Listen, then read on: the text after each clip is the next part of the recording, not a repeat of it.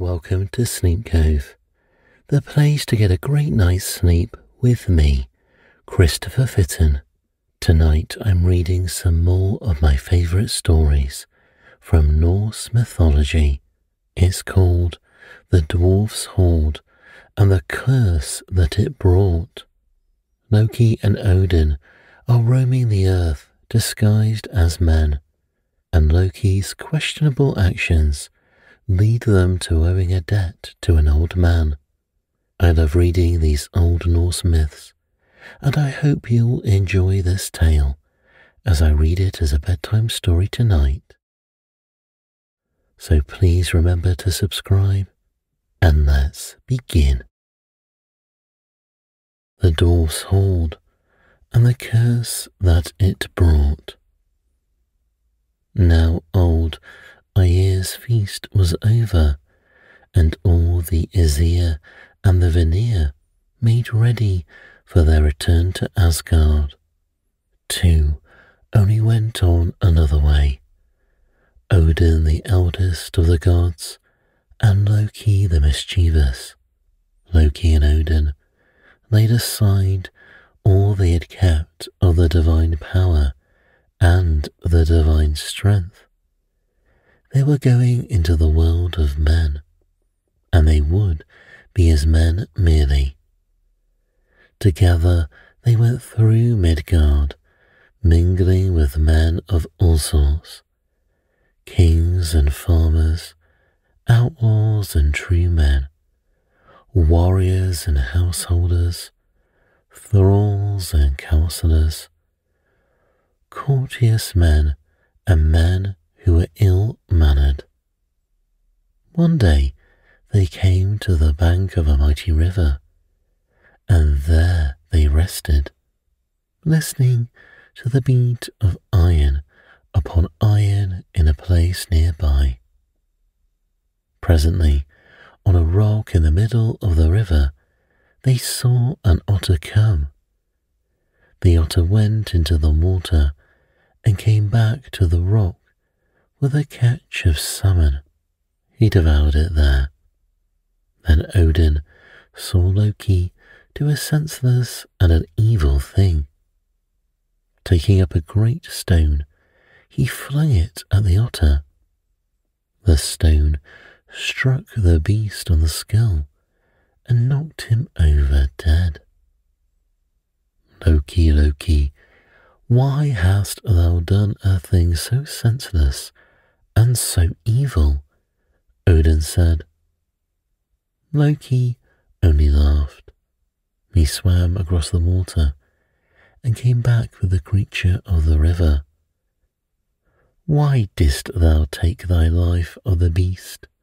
Odin said. The mischief in me made me do it, said Loki. He drew out his knife, and ripping the otter up, he began to prepare him. Then he put the pelt on his belt. Then Odin and he left that place by the river. They came to a house with two smithies beside it, and from the smithies came the sound of iron beating upon iron. They went within the house, and they asked that they might eat there and rest themselves. The older man, who was cooking fish over a fire, pointed out a bench to them. Rest there, said he, and when the fish is cooked, I will give you something good to eat. My son is a fine fisher, and he brings me salmon of the best. Odin and Loki sat on the bench, and the old man went on with his cooking. My name is Hreidmar, he said. I have two sons who work in the smithies without. I have a third son also. It is he who does the fishing for us. And who may ye be, O wayfaring men? Loki and Odin gave names to Hreidmar that were not the names by which they were known in Asgard or on Midgard. Hreidmar served fish to them, and they ate. "And what adventures have ye met upon your travels?" Hreidmar asked. "Few folks come this way to tell me of happenings." "I killed an otter with a cast of a stone," Loki said with a laugh. "You killed an otter?" Hreidmar cried. "Where did you kill one?" "Where I killed him is of no importance to you, old man," said Loki. "His skin is a good one, however. I have it on my belt." Hreidmar snatched the skin out of Loki's belt. As soon as he held the skin before his eyes, he shrieked out, "Fafnir, Rain, my sons, come here and bring the thralls of your smithies. Come, come, come. Why dost thou make such an outcry, old man?" said Odin. "Ye have slain my son Otter," shrieked the old man. "This in my hands is the skin of my son." As Hreidmar said this, two young men, bearing the forehammers of the smithies, came in, followed by the thralls. "Strike these men dead with your forehammers, O Fafnir, O Rain," their father cried. "Otter, who used to stay in the river, and whom I changed by enchantment into a river beast, that he might fish for me, has been slain by these men." "Peace," said Odin. "We have slain thy son, it would seem, but it was unwittingly that we did the deed. We will give a recompense for the death of thy son." "What recompense will you give?" said Hreidmar, looking at Odin with eyes that were small and sharp. Then did Odin, the eldest of the gods, say a word that was unworthy of his wisdom and his power. He might have said, "I will bring thee a draught of Murmur's well water as a recompense for thy son's death." But instead of thinking of wisdom, Odin Allfather thought of gold. "Set a price on the life of thy son, and we will pay that price in gold," he said. "Maybe ye are great kings travelling through the world," Hreidmar said. "If ye are, ye will have to find gold that will cover every hair upon the skin of him whom ye have killed." Then did Odin, his mind being fixed upon the gold, think upon a certain treasure, a treasure that was guarded by a dwarf.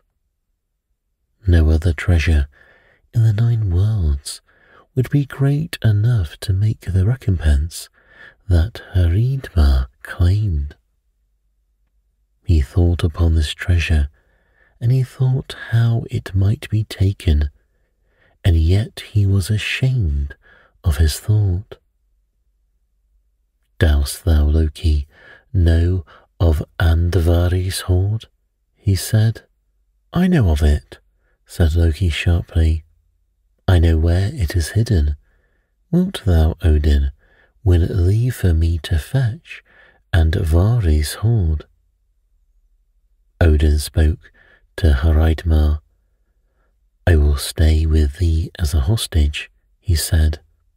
"If thou wilt, let this one go to fetch a treasure that will cover the otter's skin hair by hair." "I will let this be done," said old Hreidmar with the sharp and cunning eyes. "Go now," said he to Loki. Then Loki went from his house. Andvari was a dwarf who in the early days had gained for himself the greatest treasure in the 9 worlds, so that he might guard this treasure unceasingly. He changed himself into a fish, into a pike, and he swam in the water before the cave where the hoard was hidden. All in Asgard knew of the dwarf and of the hoard he guarded, and there was a thought amongst all that this hoard was not to be meddled with, and some evil was joined to it. But now Odin had given the word that it was to be taken from the dwarf. Loki set out for Andvari's cave rejoicingly. He came to the pool before the cave, and he watched it for a sight of Andvari. Soon he saw the pike swimming cautiously before the cave. He would have to catch the pike and hold him till the treasure was given for ransom. And he watched the pike become aware of him. Suddenly he flung himself forward in the water and went with the speed down the stream. Not with his hands and not with any hook and line could Loki catch that pike. How then could he take him? Only with a net that was woven by magic. Then Loki thought of where he might get such a net. Ran, the wife of old Aegir, the giant king of the sea, had a net that was woven by magic. In it she took all that was wrecked on the sea. Loki thought of Ran's net, and he turned and he went back to Aegir's hall to ask about the queen. But Ran was seldom in her husband's dwelling. She was now down by the rocks of the sea. He found Ran, the cold queen, standing in the flow of the sea, drawing out the depths with a net that she held in her hands, every piece of treasure that was washed that way. She had made a heap of the things she had drawn out of the sea, corals and amber and bits of gold and silver, but still she was plying her net greedily.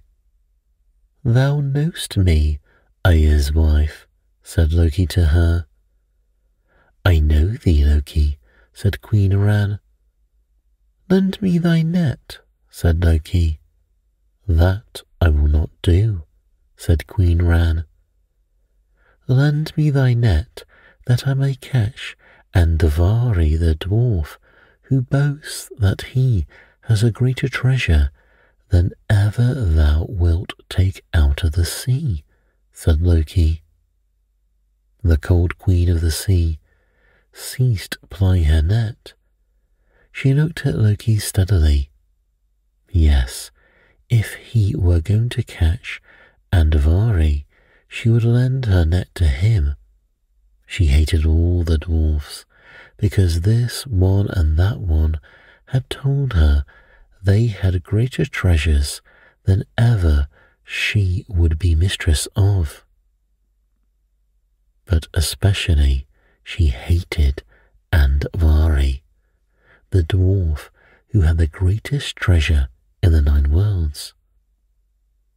"There is nothing more to gather here," she said, "and if thou wilt swear to bring me back my net by tomorrow, I shall lend it to you." "I swear by the sparks of Muspelheim that I will bring thy net back to thee by tomorrow, O Queen of Aegir," Loki cried. Then Ran put into his hands the magic net.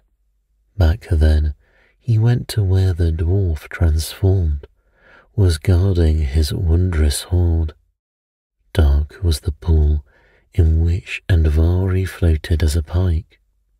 Dark it was, but to him it was all golden with the light of his wondrous treasure.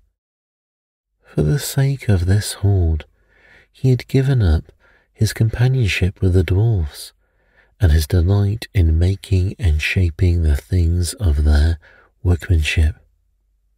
For the sake of his hoard, he had taken on himself the dumbness and deafness of a fish. Now, as he swam about before the cave, he was aware again of a shadow above him. He slipped towards the shadow of the bank. Then he turned round. He saw a net sweeping toward him. He sank back down into the water, but the magic net had spread out, and he sank into its meshes. Suddenly, he was out of the water and was left gasping on the bank. He would have died had he not undone his transformation. Soon he appeared as a dwarf. "Andvari, you are caught. It is one of the Aesir who has taken you," he heard his captor say. Loki gasped, "Thou art caught, and thou shalt be held." Loki said to him, "It is the will of the Aesir that thou give up thy hoard to me." "My hoard, my hoard," the dwarf shouted. "Never will I give up my hoard. I hold thee till thou givest it to me," said Loki. "Unjust, unjust," shouted Andvari. "It is only thou, Loki, who art unjust. I will go to the throne of Odin, and I will have Odin punish thee for striving to rob me of my treasure." "Odin has sent me to fetch thy hoard to him," said Loki. "Can it be that all the Aesir are unjust? Oh yes, in the beginning of things they cheated the giant who built the wall round their city. The Aesir are unjust," said the dwarf. Loki had Andvari in his power, and after the dwarf had raged against him and defiled him, he tormented him. At last, trembling with rage, and with his face covered with tears, Andvari took Loki into his cavern, and turning a rock aside, showed him the mass of gold and gems that was his hoard. At once, Loki began to gather into the magic net lumps and ingots and circlets of gold with the gems that were rubies and sapphires and emeralds. He saw Andvari snatch at something on the heap, but he made no sign of marking it. At last, all was gathered into the net, and Loki stood there ready to bear the dwarf's sword already. "There is one more thing to be given," said Loki. "The ring that you and Andvari snatched from the heap." "I snatched nothing," said the dwarf, but he shook with anger, and his teeth gnashed together, and froth came on his lips. "I snatched nothing from the heap." But Loki pulled up his arm, and there fell to the ground the ring that Andvari had hidden under his armpit. It was the most precious thing in all the hoard. Had it been left with him, Andvari would have thought that he still possessed a treasure, for this ring of itself could make gold. It was made out of gold that was refined of all impurities, and it was engraven with a rune of power. Loki took up the most precious ring and put it on his finger. Then the dwarf screamed at him, turning his thumbs towards him in a curse. The ring with the rune of power upon it, may it weigh down your fortune and load you with evil, you Loki and all who lust to possess the ring I have cherished. As Andvari uttered the curse, Loki saw a figure rise up in the cave and move towards him. As this figure came near, he knew who it was. Gullveig, a giant woman who had once been in Asgard, far back in the early days, when the gods had come to their holy hill, and before Asgard was built, 3 women of the giants had come amongst the Aesir. After the 3 had been with them for a while, the lives of the Aesir changed. Then did they begin to value and to hoard the gold that they had played with. Then did they think of war. Odin hurled his spear amongst the messengers that came from the Vanir, and war came into the world. The 3 were driven out of Asgard. Peace was made with the Vanir. The apples of lasting youth were grown in Asgard.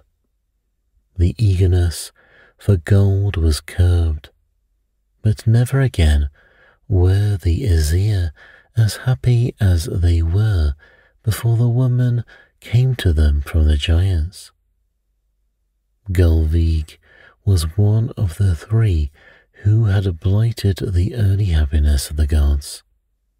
And behold, she was in the cave where Andvari had hoarded his treasure, and with a smile upon her face, she was advancing towards Loki. So, Loki, she said, thou seest me again, and Odin, who sent thee to this cave, will see me again. No, Loki, I go to Odin to be thy messenger, and to help him that thou comest with Andvari's horde. And speaking so, and smiling into his face, Gullveig went out of the cave with swift and light steps. Loki drew the ends of the magic net together, and gathering all the treasures in its meshes, he too went out. Odin, the eldest of the gods, stood leaning on his spear and looking at the skin of the otter that was spread out before him. One came into the dwelling swiftly. Odin looked and saw that she who had come in on such swift, glad feet was Gullveig, who, once with her 2 companions, had troubled the happiness of the gods. Odin raised his spear to cast it at her. Lay thy spear down, Odin, she said. I dwelt for long in the dwarf's cave, but thy word unloosed me, and the curse said over Andvari's ring has sent me here.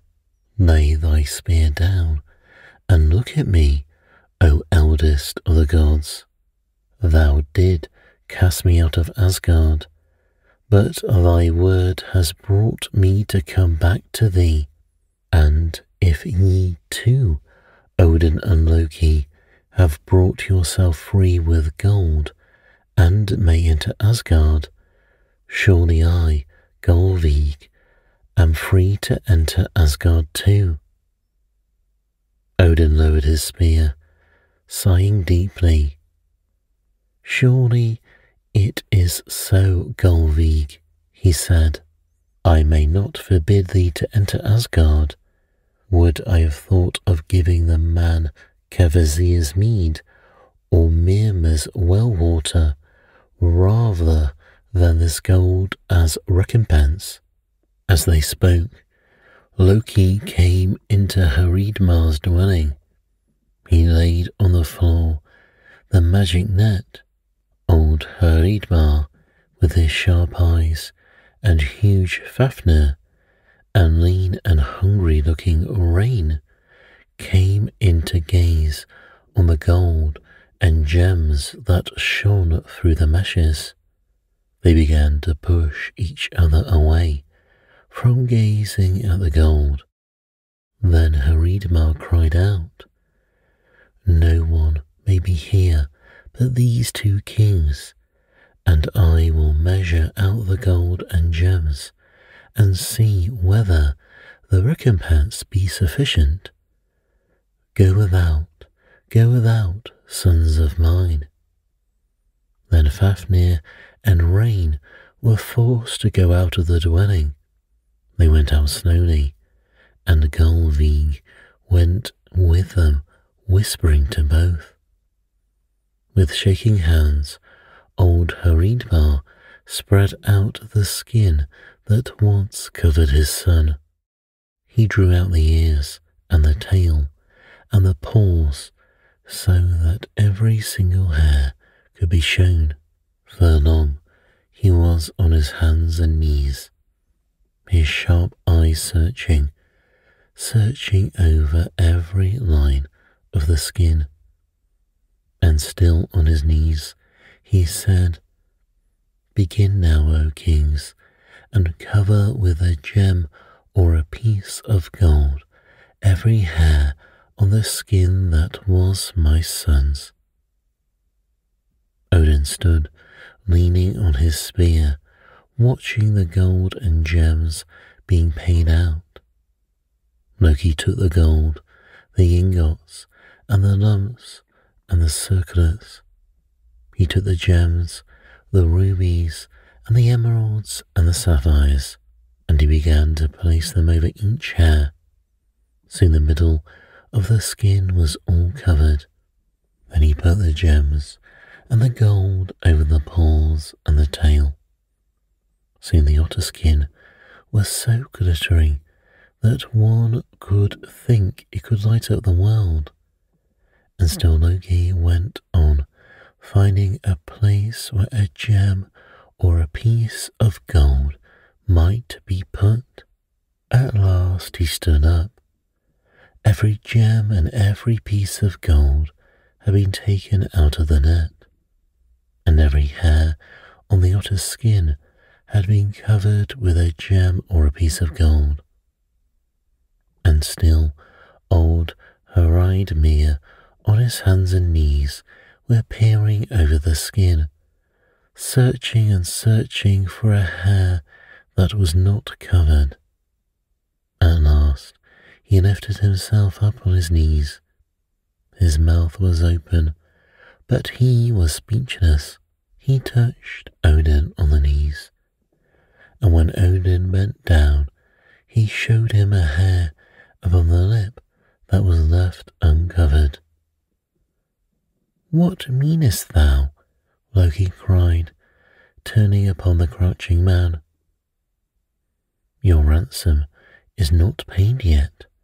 Look, here is still a hair uncovered.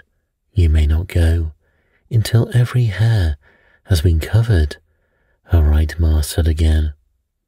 "There is no more gold or gems," Loki answered. "Then ye may not go," cried Hreidmar, springing up. It was true. Odin and Loki might not leave that dwelling until the recompense they had agreed to was paid in full. But where now would the Asir go for gold? And then Odin saw the gleam of gold on Loki's finger. It was the ring he had forced from Andvari. "Thy finger ring," said Odin. "Put thy finger ring over the hair on the otter's skin."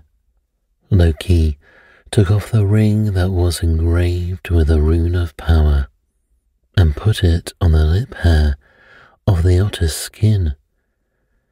Then Haridmar clapped his hands and screamed aloud. Huge Fafnir and the lean and hungry-looking rain came within, and Gulvig came behind them. They stood around the skin of the sun and the brother that was all glittering with gold and gems, but they looked at each other more than they looked on the glittering mass, and very deadly were the looks that Fafnir and Rain cast upon their father and cast upon each other.